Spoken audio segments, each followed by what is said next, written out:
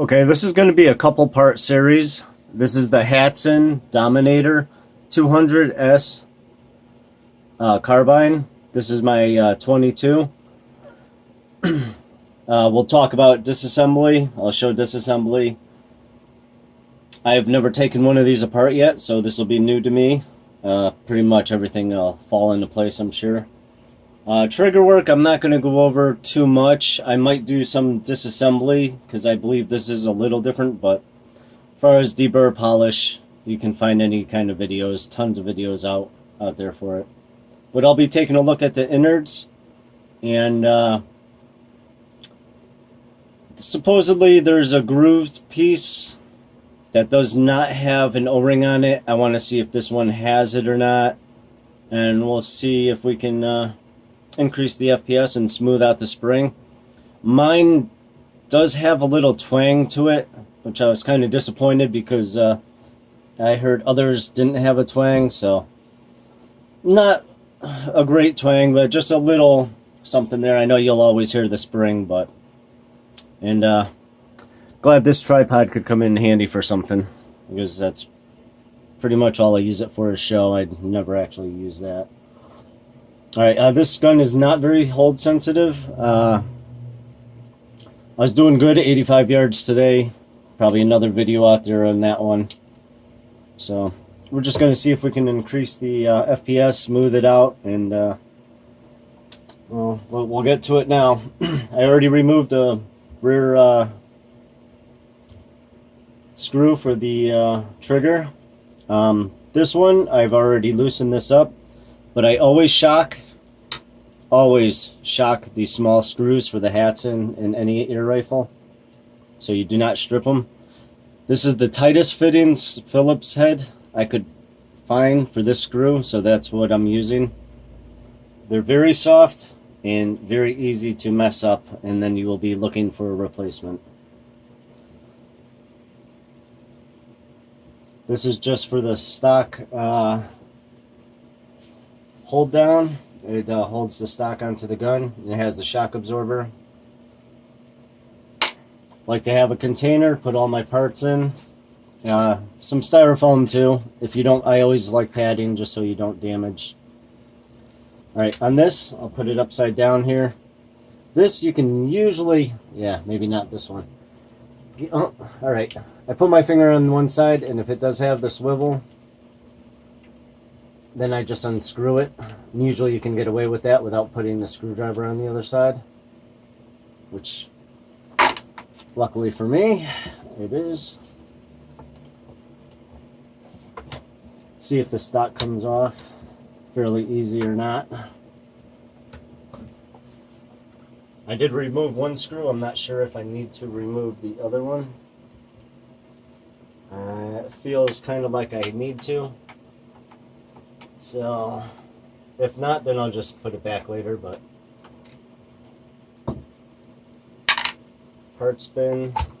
Yep. Give it a little push on the trigger and out it comes. Alright, already looking like a regular Hatsan here. We'll take the stock, get it out of the way.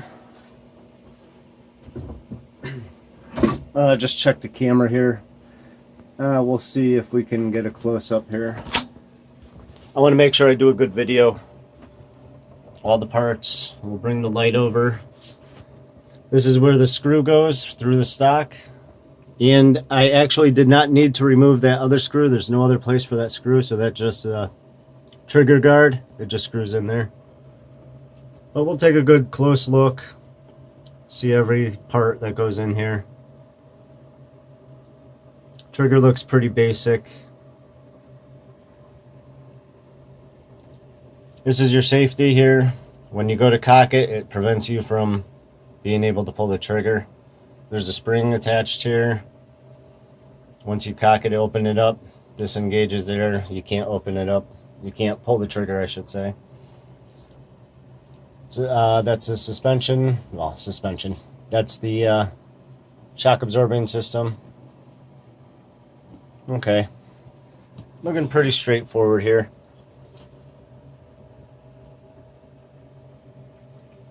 This is the detached latch.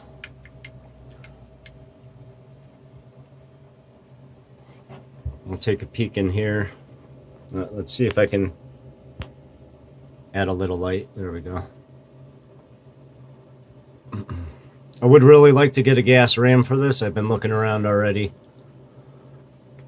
It's a Type 4 Hatsan gas ram. I don't know if it's adjustable in pressure or not. And most likely it would have to be disassembled. Yes, disassembled, unlike my 125 or 135. Okay, I can already see there's oil. I don't see any grease on that spring. But yeah, there's a little factory oil there. I take all that off.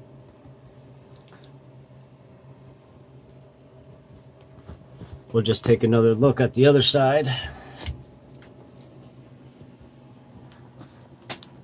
And whenever I disassemble a trigger or a gun, I like to record it. It's just always nice to have to look at. See? Alright. That's your safety right there. That stops from going up. Always make sure that's in working order. I can see the detent right there.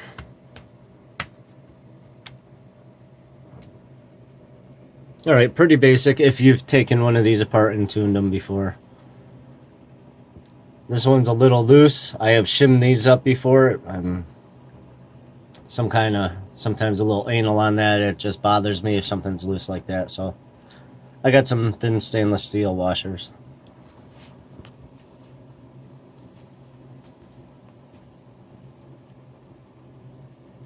Okay, so pretty much, as you can see right here, that's the piston.